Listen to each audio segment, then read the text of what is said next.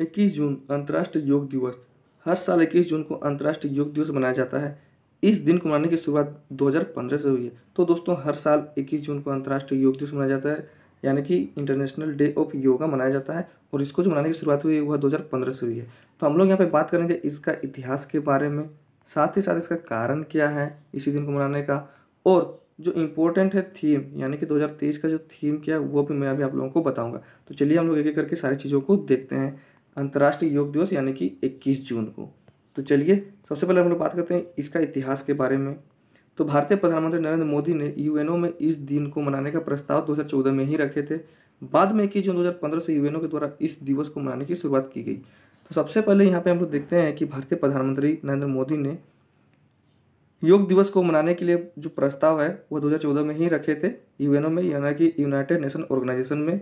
और इसके एक साल के बाद में ही यूएनओ के द्वारा 21 जून 2015 को सबसे पहली बार इस दिवस को मनाने की शुरुआत कर दी है, यानी कि 21 जून अंतर्राष्ट्रीय योग दिवस को जो है मनाने की शुरुआत 2015 से ही हो गई थी। अब हम लोग देखते हैं इसका कारण क्या है, इसी दिन को चुनने का कारण क्या है। तो योग के द्वारा मनुष्य का जीवन लंबा, आसान और सुखमय होता है। साथ ही साथ 21 जून को उत्तरी गोलार्ध में साल का सबसे लंबा दिन भी होता है। तो 21 जून को उत्तरी गोलार्ध में साल का सबसे लंबा दिन होता है, और योग के द्वारा मनुष्य का जीवन भी लंबा हो, तो इसी कारण से 21 जून को ही अंतर्राष्ट्रीय योग दिवस मनाने के लिए इसी दिन को चुना गया।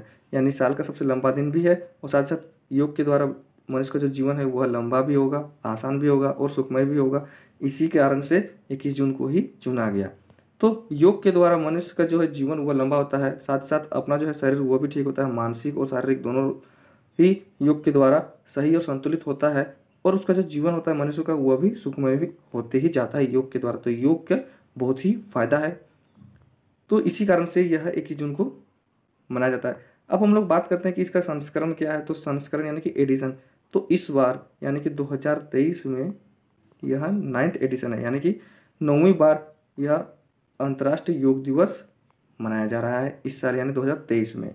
अब बात करते हैं थीम के बारे में, जो कि इम्पोर्टेंट हो जाती है।